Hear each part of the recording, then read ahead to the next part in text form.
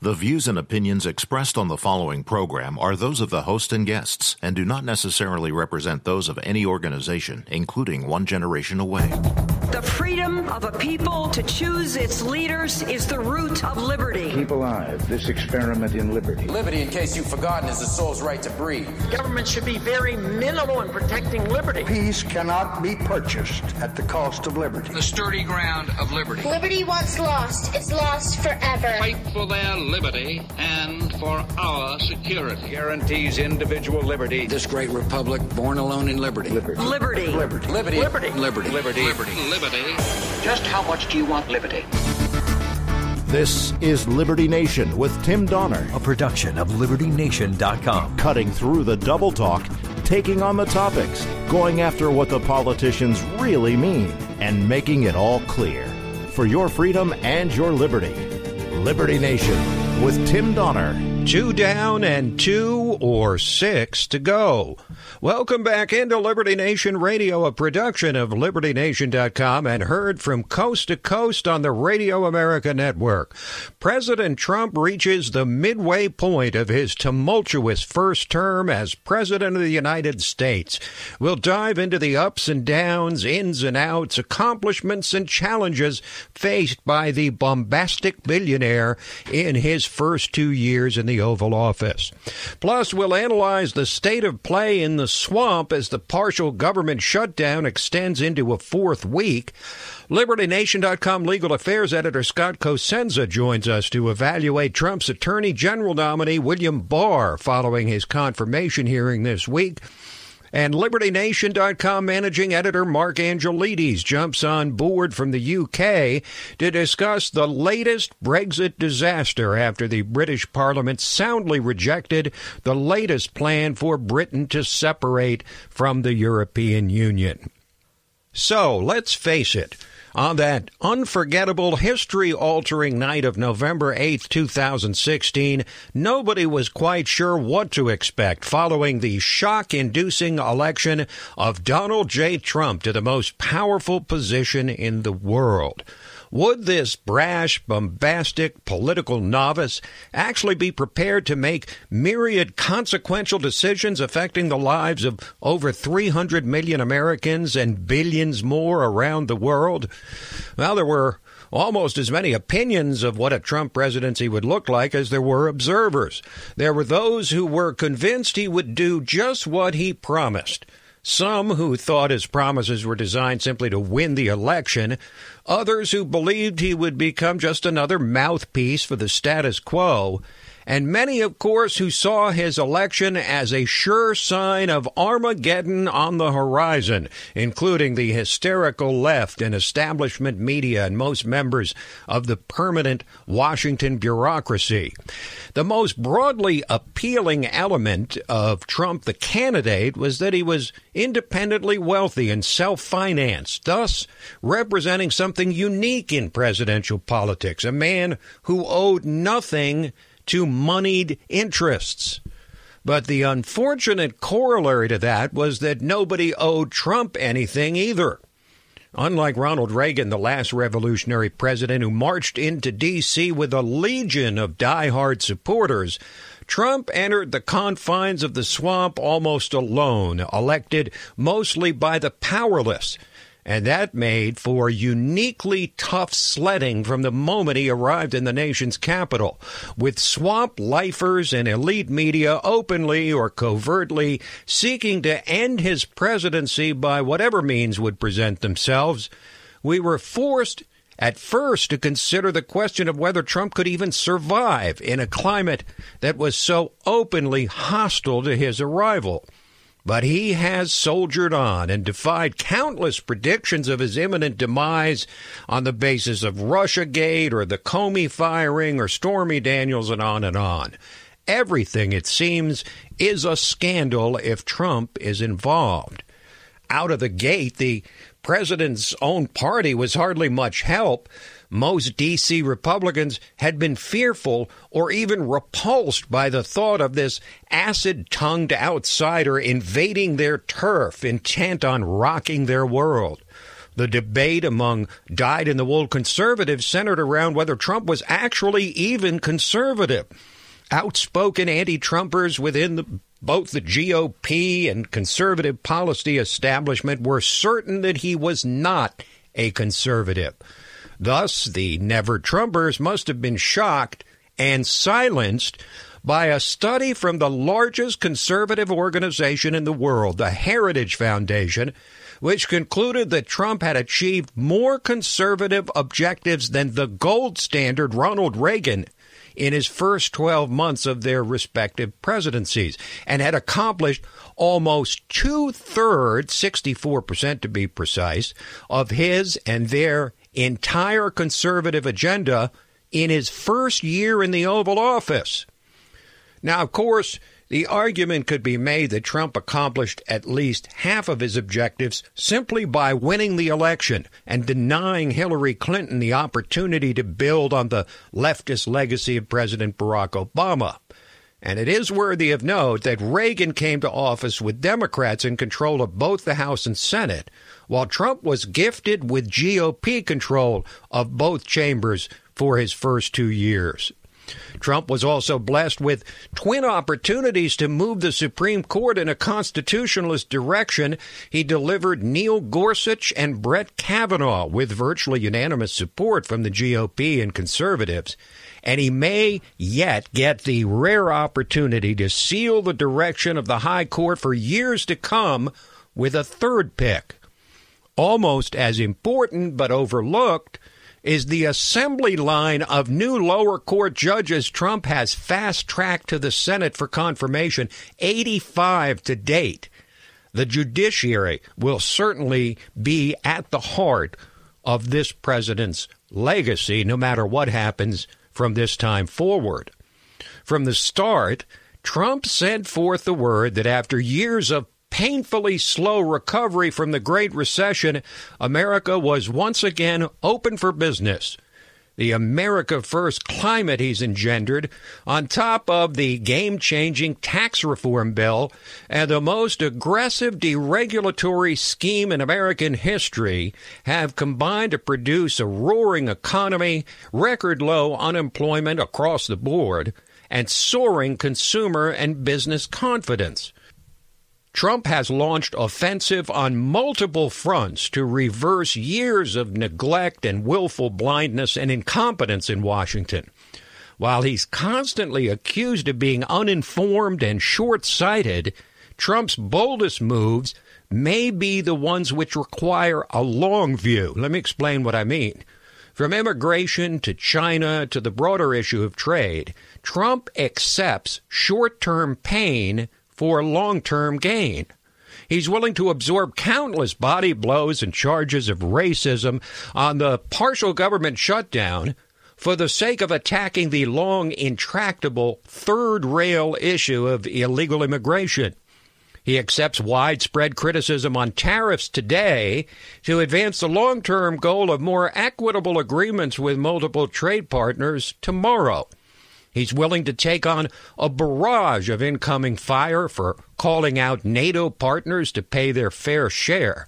He rejected conventional wisdom and finally fulfilled a promise made by his predecessors to move the U.S. Embassy in Israel to Jerusalem. He withdrew from the Paris Climate Accord and the Iran nuclear deal, despite worldwide criticism, because he's convinced that those agreements will not serve America's long-term interests. His policies are consistently dictated by common sense, undiluted by political correctness, and the way things had always been done. And the driving force behind all of it, and this is important, is Trump's willingness to leverage the basic truth that the countries of the world need America more than America needs them. Now, his cabinet, it was dubbed one of the most conservative in American history, and it's included hits and misses as in most administrations. Mike Pompeo has been in sync with Trump's Andrew Jackson-like foreign policy after taking over as Secretary of State from Rex Tillerson, who never seemed to understand this president. Similarly, Chief Economic Advisor Larry Kudlow is consistently on the same page with Trump as successor to Gary Cohn, who is not in tune with the president on numerous issues. Betsy DeVos, controversial choice for Education Secretary, has done yeoman's work in the area of free speech in academia. Lower-profile members of the cabinet have quietly gone about the work of sweeping change to a stultified bureaucracy. On the other hand, Jeff Sessions was widely viewed as a feckless attorney general after recusing himself from the Robert Mueller special counsel investigation, though William Barr may well be a good fit to replace him. We'll talk about that more later in the show. Tom Price, seemingly an ideal selection to oversee health care reform at Health and Human Services, HHS, and Scott Pruitt, widely acclaimed among conservatives as Trump's initial head of the Environmental Protection Agency, EPA, were forced to resign amid disturbing reports about padding their expense accounts. Now, slowly but surely, it's clear that Trump is figuring out the few who are truly with him and the many who are not. He's learned about the few who can get things done and the many who cannot. His learning curve was undeniably sharp at the outset, but it's flattened considerably over 24 months. And just think of how much more Trump might have accomplished if he was not weighed down from the get-go by a federal law enforcement establishment bent on taking him down, and elite media which went from denying their hysterical anti-Trump bias to admitting it to wearing it as a badge of honor. Deep state operatives acted with impunity against Trump's nascent and disorganized administration from the start. Basic standards of journalism were discarded as quickly as Trump's rejection of so-called normal presidential behavior. The Mueller investigation carries into a 22nd month, still desperately in search of any smoking gun which can bring this president down with impeachable offenses. Trump is, famously, his own worst enemy at times, no doubt, but the people who support his policies while criticizing his outsized and often reckless public presence have by now come to understand that you can't have one without the other. The much-anticipated pivot of Trump to a more traditional president is not in the cards. He's not going to change. In 2016, the voters were willing to accept his shortcomings because of Trump's audacious promises. The question for 2020 is whether the nation is willing again to accept the downside of Trump's hard edges in exchange for the upside of not his promises this time, but his actual accomplishments. Most assessments of a president, or any politician for that matter, begin with a verdict on whether he's actually delivered on his promises. And contrary to how he was written off by the elite media as simply a showman, Trump has unleashed a remarkably bold and broad and deep agenda of fundamental sweeping reforms, just as he promised he would. With the exception of his border wall, for which he's willing to risk his political career, and a repeal of Obamacare, which lost by one vote in the Senate, Trump has either achieved or put into motion almost everything he promised in a daring campaign platform supported by 62 million Americans. Trump has gone beyond the talk and walked the walk, proving himself every bit the disruptor he claimed to be. In first surviving, then thriving in open defiance of odds heavily stacked against him, the same thing that Reagan said about his record over 8 years as president during his farewell speech to the nation 30 years ago could well be restated about Trump's first 2 years. Not bad. Not bad at all. So while Trump has survived and thrived, the same cannot be said of the Brexit rebellion, which was a foreshadowing of Trump's election, we'll discuss another humiliating defeat for Brexit and British Prime Minister Theresa May when we return. Liberty Nation with Tim Donner.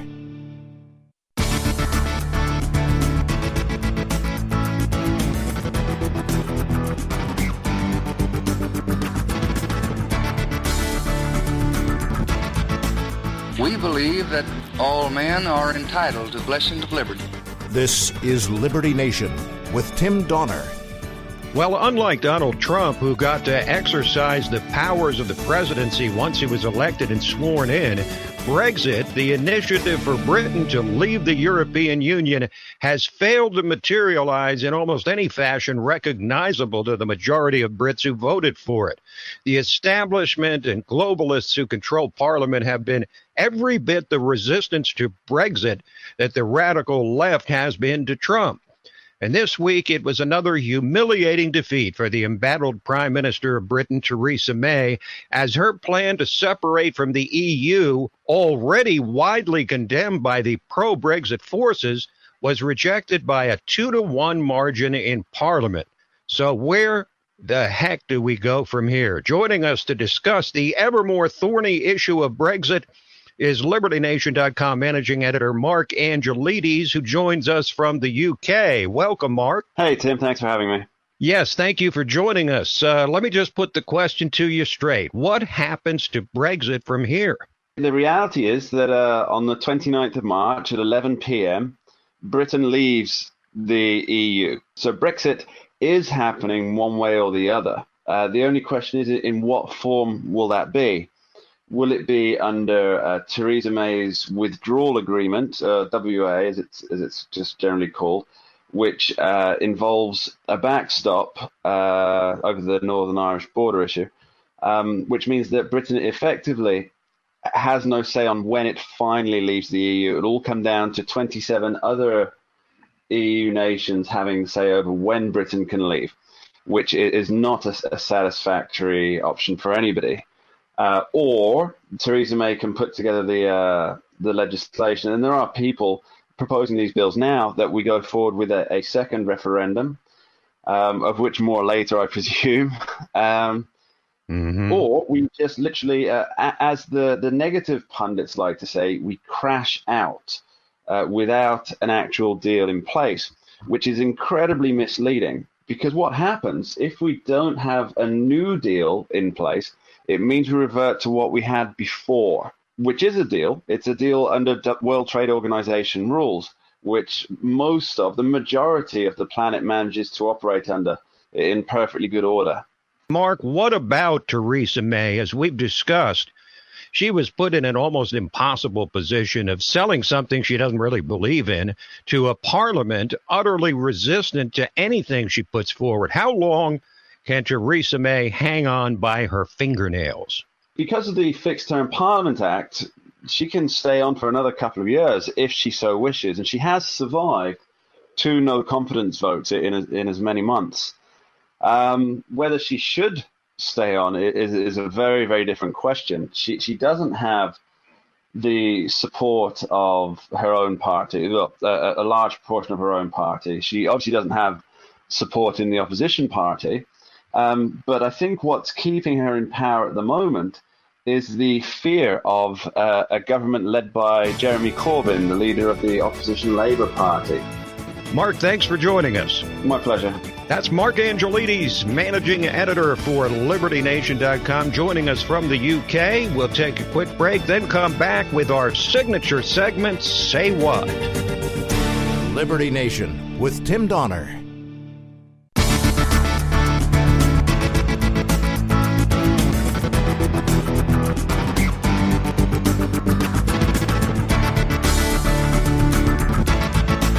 We believe that all men are entitled to blessings of liberty. This is Liberty Nation with Tim Donner. Liberty Nation Radio, a production of LibertyNation.com and syndicated from coast to coast on the Radio America Network in towns big and small, including the good folks of Mount Pleasant, Michigan, listening in on WMMI 830 AM, and on KBKW in Aberdeen, Washington. Now, I fancy myself good with numbers, but I botched the frequency when I mentioned it in a previous show, so let me get it straight this time.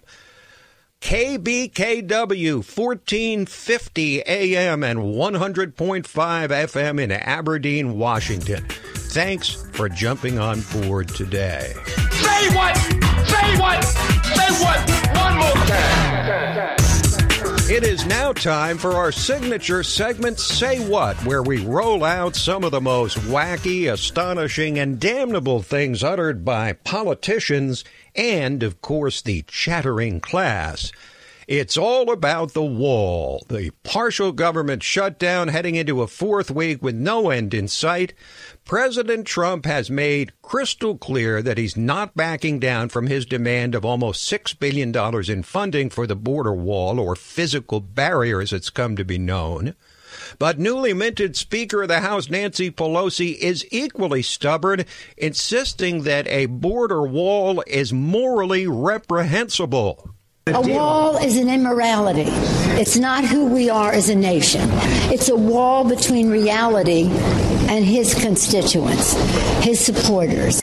But are there cracks beginning to form in the Democrats' resistance to Trump and the wall? There was some wishful thinking, at least, among the pro-wall crowd when the second-ranking Democrat, Majority Leader Steny Hoyer, went on Fox News and disagreed with Speaker Pelosi. My own view is this is not an issue of morality. A wall is immoral if it tries to imprison people who shouldn't be imprisoned. Okay. A wall that protects people is not immoral. Okay. A voice of reason, at least temporarily, among the Democratic House leadership. Steny Hoyer making the point that there's a big difference between the Berlin Wall, built to keep people in, and this wall, which would, like the ones already built in California and Arizona and Texas and Israel and Hungary and elsewhere, designed to keep people who don't belong here out. And so the beat goes on in the longest government shutdown or partial shutdown in American history. And it's beginning to look more and more like a playground fight, with both sides taunting each other. Trump walked out of a meeting with Pelosi and Schumer last week. And this week, Pelosi actually sent a letter to Trump proposing to delay the president's State of the Union address. On the strength of the statement of the Secretary of Homeland Security about all of the resources that are needed to prepare for a State of the Union address, which he calls an event of special security, and so these people are not working, and we've never really had a State of the Union when government has been in a shutdown since the Budget Act in the 70s. So Trump responded to that by denying Pelosi use of the plane that would transport her for a grand tour in Afghanistan.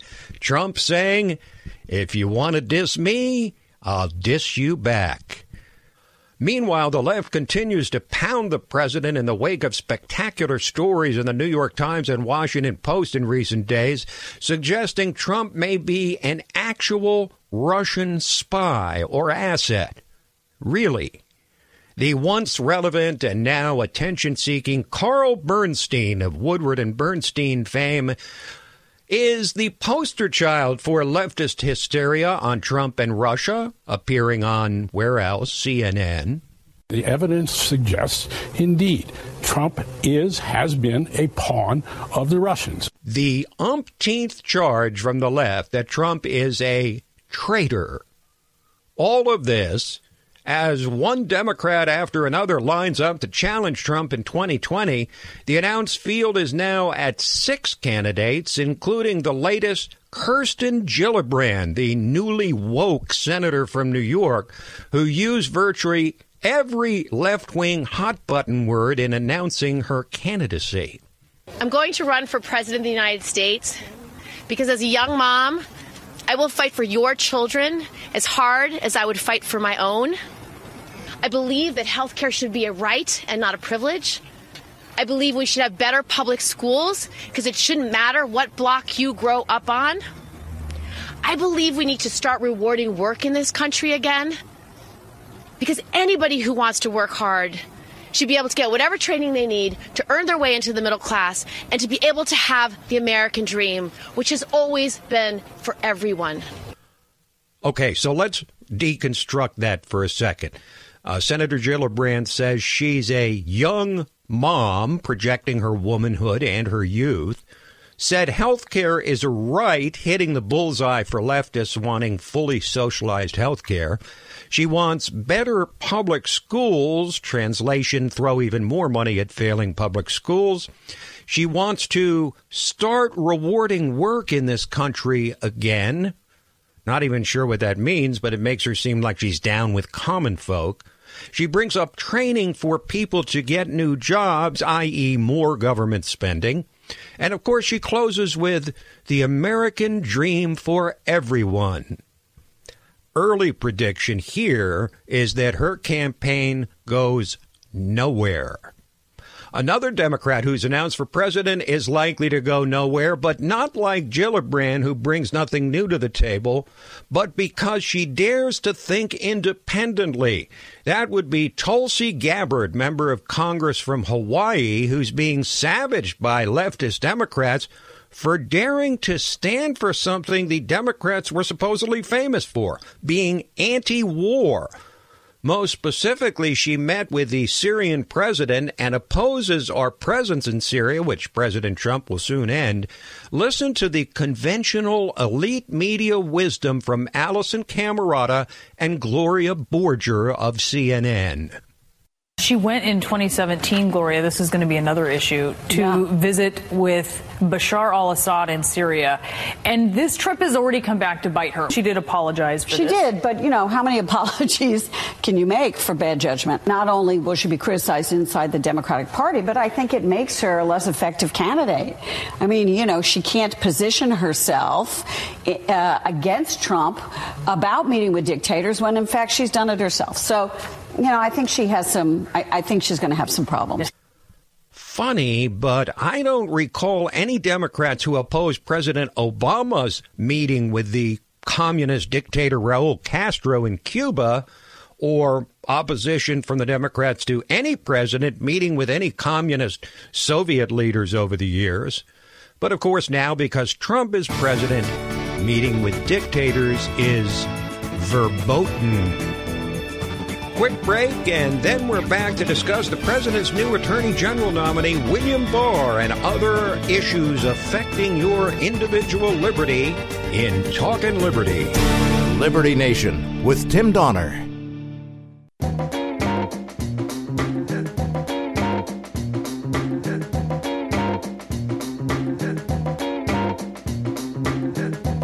This is Liberty Nation with Tim Donner.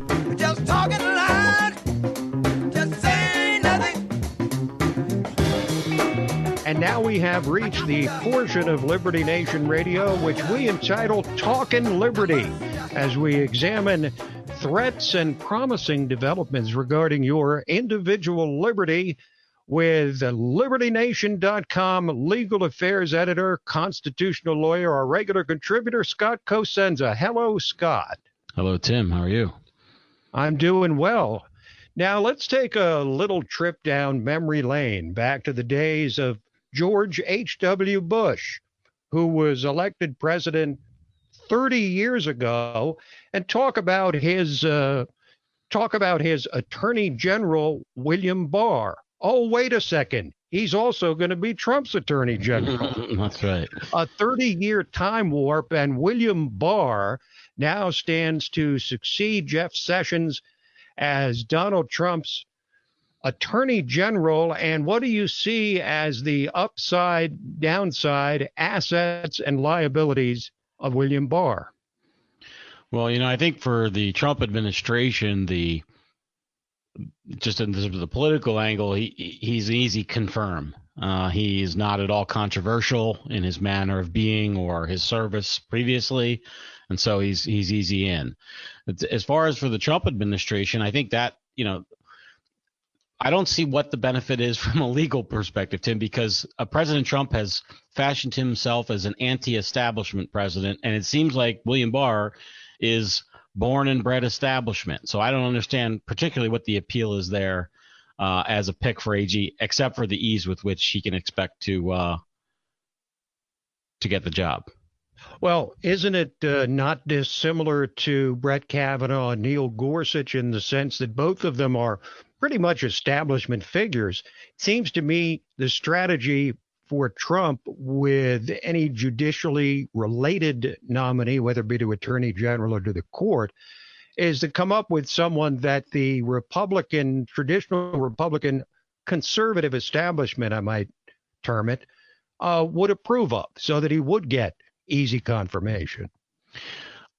Well, that's interesting the way you say it, Tim. I think that has been true, but he hasn't picked the person who they would approve of or choose above all other choices, and that those people who may be like libertarianish would not choose from. It seems to me that he's tried to use, if we can use the double circles of the Venn diagram, to pick somebody who is kind of in both of those circles. So maybe towards the edge of the conservative acceptability circle, but not dead center, which seems to be the Barr pick. So, Scott, what, if anything, stood out in the confirmation hearings for William Barr as you see it? Tim, I thought the treatment of the drug war issues, namely marijuana legalization, was most interesting. You know, it's an issue that we've talked about before. Right now, the current situation is marijuana is absolutely illegal in all instances at the federal level and legal in many instances at the state level. And what that means is that people who operate under a legal state law rubric, whether that's people who buy marijuana or prescribed it or do the prescribing or sell it, are all violating federal law, even though they may be operating legally under state law. That's completely untenable. You may recall that Eric Holder put a memo out that basically said as long as people were obeying state law, then the feds wouldn't intervene and prosecute them criminally. Jeff Sessions pulled that memo. Okay, he reversed course and said that the department does have will reassert the right to basically prosecute these cases. Now, Barr, I was very interested in his responses to a number of senators who asked about this, said basically because businesses and individuals have relied on that memo, okay, the Cole memo is what it's called, to open up stores, to do all the things that, you know, are involved in the vast commercial activity that surrounds marijuana in all these states, that they have a reliance interest, and therefore he's not going to prosecute them.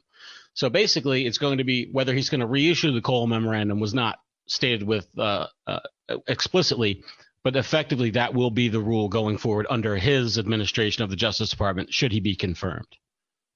Well, anything change, do you suspect, with the Mueller investigation, with William Barr in charge as opposed to Rod Rosenstein?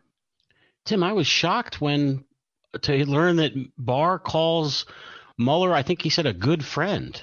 Again, we have another person who I wish there were people who just had no opinion or no personal involvement at all with these people, right? Enemy, friend, or whatever. You want kind of fair dealing. So that's what I took away from the thing is who's going to say no to their very good friend? I don't know. It's troubling. All right, let's move on to the state of Georgia, where there's a guy named Carl Malamud who's going around posting the laws of the state of Georgia, which does not seem very happy about it. He is our hero, Tim. The official code of Georgia is a copyrighted document. So what happens is Georgia has a peculiar arrangement where they are in league with Lexis, I believe, or Westlaw, LexisNexis, which is a company that is a legal publishing company. And so what they do is, this is sort of how they're a company that aids lawyers in doing their work. If you say to me, Tim, I'm being prosecuted for this certain violation of the law, I want to look up the law. I also want to look up what laws may be surrounding that law or mentioning that law. And to do that, the legislators don't make it a convenient way for people to access these laws and cross-reference them. And also with court cases, private legal publishers have done so. And LexisNexis did so with something called key cites or key citations, which help lawyers sort of basically do their work. Okay. Well, Georgia basically says that the official law of Georgia is only the version that includes those key citations. So Mr. Malamud says, well, if that's the official law, I want to reprint that so that Georgians have access to the laws that they're expected to obey. Not a very radical proposition, but it is radical for Georgia because then they can't enforce the copyright and get LexisNexis their money. And so they're sort of the enforcement arm of LexisNexis's accounts receivable in this instance. And they were ordered by the federal courts, as a matter of fact, to leave Mr. Malamud alone. And they're now trying to prevent him from actually buying a copy of the laws so that he can then reprint them so that everyone, including everyone who lives in Georgia, can see what laws they're expected to live their lives under. This is a mind-bending story. I mean, it's just hard to believe that the public law, the law which affects the citizens of a state, cannot be accessed by those citizens because of copyright laws. I don't even see how that comes about. It's like a Monty Python skit gone wrong. It really is. Now, a familiar refrain among suburban dwellers is the crabby neighbor who yells, "Get off my lawn." That's not going to happen in the case of one woman who is suing for the right to not grow any grass in her subdivision in Missouri. The city wants to find this woman who, by the way, has a garden on her property. She is allergic to grass. She has an allergy, and it aggravates her. The city wants to fine her $180,000 and give her 20 years in prison. Excuse me, wow. Those are the maximums that they. Okay, I was going to say they're more than right. But that's what that. I mean, you can imagine though how troubling it is to get a threatening letter like that. All you're doing is trying to both have a beautiful home area and also not suffer from your allergy. And she just wants a variance that the city is able to get. And I just think it's interesting that, somebody with a medical condition, and it's not like they want to have graffiti and junk in their yard. She has a flower bed that spans her entire yard. It's probably keeps up more with her yard than the average neighbor does. But that's not, consistent with the city's zoning requirements. And these petty dictators really have a lot of control over people's lives. So I hope that the Eighth Circuit panel, who's reviewing the case, finds that freedom includes not just to be free from searches and seizures, but some property rights as well. Another jaw dropper right there. And now we move to Oregon, which, unsurprisingly, Scott, is considering the toughest gun restrictions in the country. Well, I'm sure the New Jersey legislature, after reading this news, will be rushing back to their desks to get more restrictive. Right. I thought this was a troubling Representative Sampleton of what we see around the country now, which is legislators submitting gun proposals, which, while they don't have a high likelihood of passage, would make so many of their neighbors felons or ban guns almost completely. It's staggering to me. Senator Robert Wagner, a state senator from Oregon, introduced SB 501, which includes requiring a background check anytime a person buys ammunition, and only 20 rounds ammunition to be purchased available every 30 days. So basically it effectively eliminates target shooting, hobbyist gun shooting, just completely eliminates it. And the legislation itself was written by Students for Change, a Parkland high school in the wake of the Parkland massacres. And the senator said that, the legislation was a stretch, but he just couldn't say no to the kids. And it said that this is your movement and we want to support you as representatives. I just thought it was fantastic that they've literally ceded the law drafting to children. And what will those children say when they start hauling off, their cousins and brothers and sisters and mothers, to spend significant terms in prison for having common everyday items that used to be protected? But are no longer, certainly not in the climate we're in now. Thank you, Scott. Thank you, Tim. This program, Liberty Nation Radio plus LibertyNation.com's own podcast, The Uprising, are available to you on demand anytime, any place, anywhere at LibertyNation.com and from fine podcast providers everywhere. So that is it for this week, but we'll be back at you next week. Same time, same station. Until then, this is Tim Donner saying stand up for liberty. And we'll see you next time on Liberty Nation Radio.